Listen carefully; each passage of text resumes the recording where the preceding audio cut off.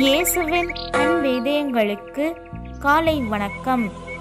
இந்த நாள் உங்களுக்கு ஆசீர்வாதமாக அமைய வாழ்த்துக்கள்.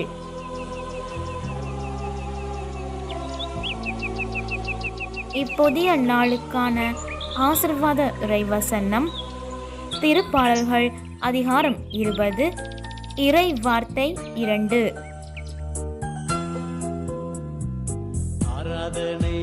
தூயகத்திலிருந்து அவர் உமக்கு உதவி அனுப்புவாராக, சீயோனிலிருந்து அவர் உமக்கு துணை செய்வாராக.